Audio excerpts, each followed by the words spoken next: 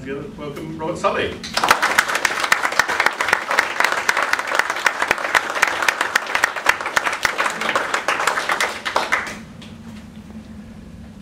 Thank you, ladies and gentlemen.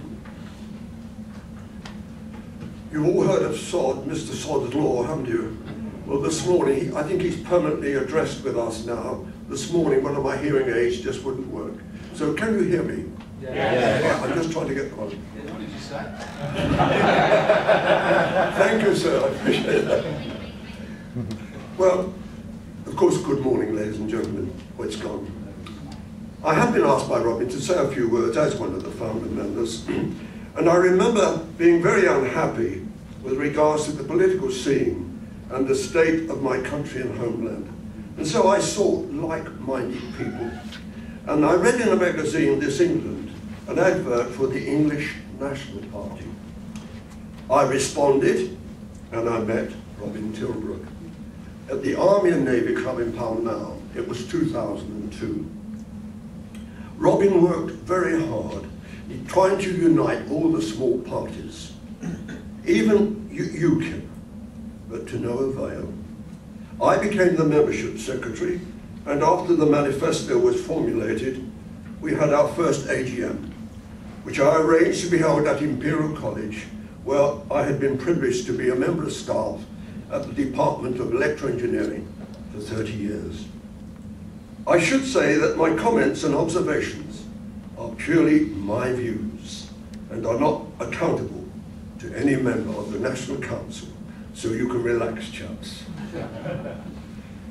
I remember saying at one of our early committee meetings, I dislike politicians, and if I can briefly explain why, I would take you briefly down memory lane to the year of 1940. I was 10 years old, and my brother was 17. We lived in South London, and I lived through the Blitz, and my brother joined the Royal Air Force. He then became a member of a crew of a Lancaster bomber, and he managed to survive, well, we go not counting after 35 trips, but thanks to God he survived. At the end of the war, and just about the end, he said to me, we must have killed thousands of women and children in their towns and cities. 3 years later, I was in the Royal Air Force. It was the Berlin Airlift in 1948-49. And I was in air traffic control, helping to control thousands of aircraft flying in and out a narrow corridor through the Russian sector to Berlin. I was helping to feed them. So you see, one brother was killing them, and the other brother was feeding them within 3 years. That's called politics. We were also told at that time that the communists had murdered 20 million in their camps. Later, after Glasnost, it was said to be 30 million. Not Jewish folks, but basic Russian peasants. So you see, I've seen the extremes of politics and what they can do, and I don't want to see dear old England taken down those roads. The circumstances that the English find themselves these days are of their own making. Consider the Scots. They will only vote for the Scottish person. Likewise, the Welsh will only vote for the Welsh. The English seem to vote for anyone, if at all. The consequences is that we get what we deserve, the old seesaw between the Conservatives and the Socialists. The last lot seem to be proud to boast who read Karl Marx the most. Remember, it was Karl Marx who said the revolutions of Europe founder on the rock of England. We were a homogeneous society then. Now, we seem to be what I call but people. You know, I'm not a racist, but. As a new party, the major problem is to reach the people with a party manifesto. To do this, you must have access to the news media. Why is this not possible? We have the BBC, which is a national broadcasting corporation. And when I was young, it was most certainly an institution of enlightenment. It is also financed by the people of the UK, of which a major part are the English. So why do we get the cold shoulder of silence? Well, I'm sure most of you have computers, so why not type into Google, who controls the British news media? You will find it's a minority group within our society. So maybe we should start asking, is it democratic that a minority group should control such a large media? We really must be stupid. Maybe we should suggest to the BBC that they could make a point of interviewing all the political parties, both new and old, simply as a service of enlightenment. Not confrontational, but an interview with one or two members of the party's national committee to explain their manifestos. Am I being stupid? I think not. As a major group in this multicultural society, we should have access to the BBC. I must say, I was impressed by the deputy leader of the EDL party when interviewed by Mr. Paxman on TV. He showed courage, but he lacked the experience in presenting his party's views, which at the moment gives the impression of another BMP. I really think the time has come to take the gloves off if and when we are interviewed by the BBC. I am also impressed with the English voice. I like it very much. I also like the programme by John Pilger in the early December 2010, not on the BBC, regarding the misreporting and actual lies by reporters, with them admitting their shame when reporting on recent wars. I think it is about time that the Scottish people made up their minds about having a referendum on their nation going independent. If they wish to leave the Union, good luck to them. If they decide to stay, then we must agree to renegotiate the terms of the Union by agreeing that an English Parliament and an end to the Barnett formula, which has given the Scottish people about 300 billion over the past 30 years. No wonder Mr. Cameron says he's not going to tinker with the Barnett formula.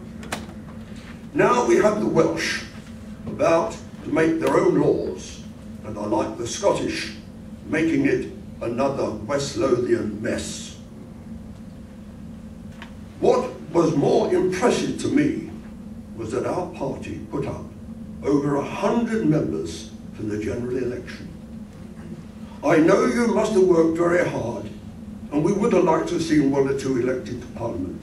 But I can assure you that to get over 100 members running at a general election is a fantastic effort, especially since our party has only been going 9 years. Well done, Robin, and the National Council, and of course those members that ran for Parliament. We hear a lot about human rights these days, which can only apply to a homogeneous community. To maintain these rights within a multicultural society is only possible if all immigrants swear to obey and live by the laws of the host nation. Divided, we fall. United, we survive and keep our country and culture. We English must not only think in terms of taxes at general elections, but must concentrate on maintaining our basic rights, which were hard won by our ancestors. These rights are free speech, a family life in a secure environment, and education for our children, especially in our history and culture. Every time we compromise on these rights, we slowly lose the foundation of our culture and therefore our beloved England.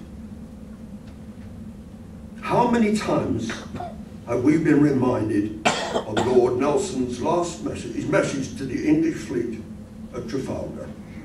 England expects every man to do his duty. We also know that when he was mortally wounded, he held on to life until he heard Captain Hardy say, "My lord, 17. He knew we had destroyed 17 capital ships of the French and Spanish fleets, and he knew that England was safe. Well, again, our beloved England is seriously threatened. But our battle, we few, is a much more sinister fight. But I'm sure that when our time is come, we should be able to say, thank God I tried to do my duty. Thank you, ladies and gentlemen.